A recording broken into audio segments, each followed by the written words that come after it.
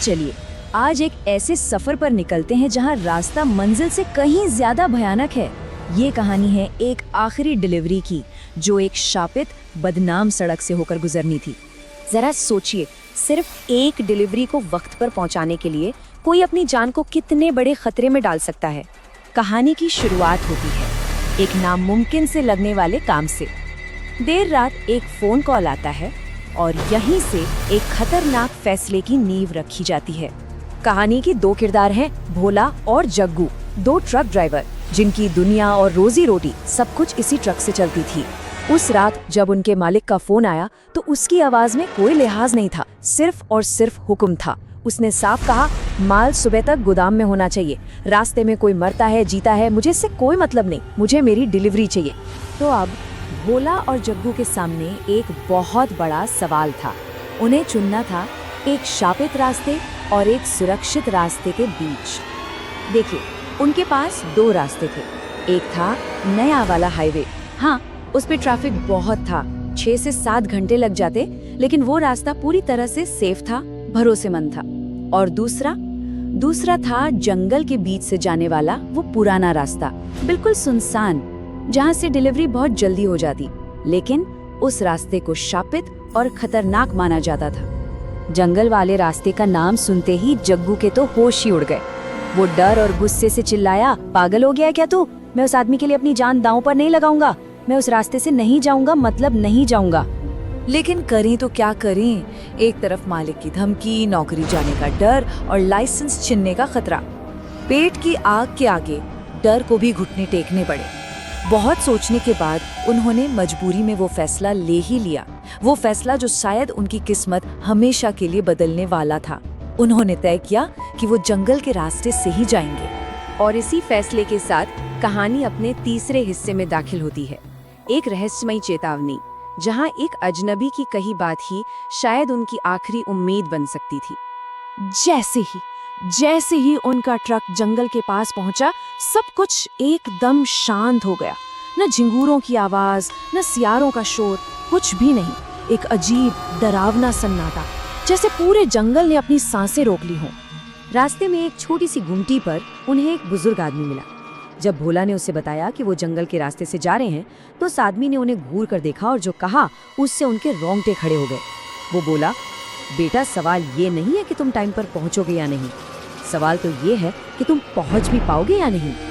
लोगों ने तो सालों पहले ही उस रास्ते पर जाना छोड़ दिया था। उस दुकानदार ने उन्हें सिर्फ एक ही रास्ता सुझाया, अगर कोई मुसीबत आन पड़े तो बस ट्रक भगाते रहना और दूसरी तरफ दक्षिणा काली का मंदिर ढूंढ लेना। बस वही एक जगह है जहां तुम महफूज रहोगे। ये सिर्फ एक सलाह नहीं, एक चेतावनी थी। और बस अब कहानी अपने सबसे खौफनाक मोड़ पर आ चुकी थी।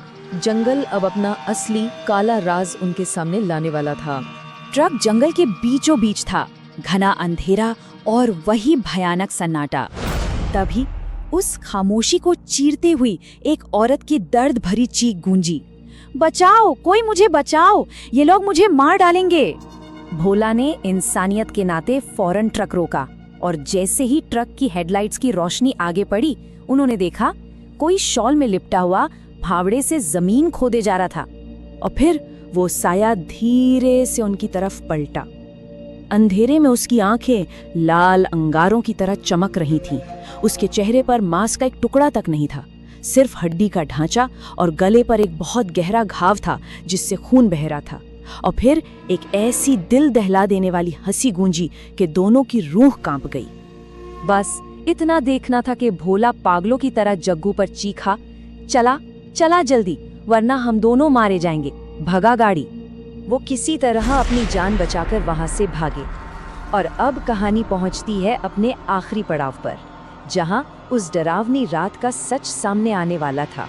कांपते हुए हाथों से भोला ने ट्रक सीधा उसी मंदिर के सामने जाकर रोका जिसके बारे में उस दुकानदार ने बताया था। दोनों ने माँ काली के आगे हाथ जोड़कर अपनी जान की भीख मांगी। और फिर कई घंटों बाद जब सुबह की पहली किरण निकली, तब जाकर वो गोदाम पहुंचे। उनका मालिक वो तो उन्हें जिंदा देखकर ही चौंक गया। उसकी आवाज में हैरानी और डर साफ झलक रहा था। वो बोला, तुम लोग जंगल के रास्ते से आए हो? अरे वो रास्ता तो सालों से बंद पड़ा है। तुम्हारी किस्मत बहुत बहुत अच्छी है कि तुम लोग जिंदा वापस आ गए। और तब मालिक ने उन्हें उस रास्ते के पीछे का वो खौफनाक सच बताया कि आज से करीब 4-5 साल पहले लुटेरों ने उसी जंगल में एक बूढ़ी औरत को उसके गहनों के लिए बड़ी बेरहमी से मार दिया था। कहते हैं तब से उसकी आत्मा वहीं भटक रही है इंसाफ के लिए। उसकी दर्द भरी चीखें आज भी उस जंगल में गूंजती हैं और वो जो साया उन्होंने देखा था वो उसी औरत का भूत था जो आज भी अपने चोरी हुए गहनों को ढूंढ रहा है। तो सवाल ये उठता है कि उस रात जो भी हुआ, क्या वो सिर्फ एक डरावनी कहानी थी या फिर वो आस्था और विश्वास की कोई परीक्षा थी? इसका जवाब शायद आज भी उसी खामोश जंगल में कहीं दफन है।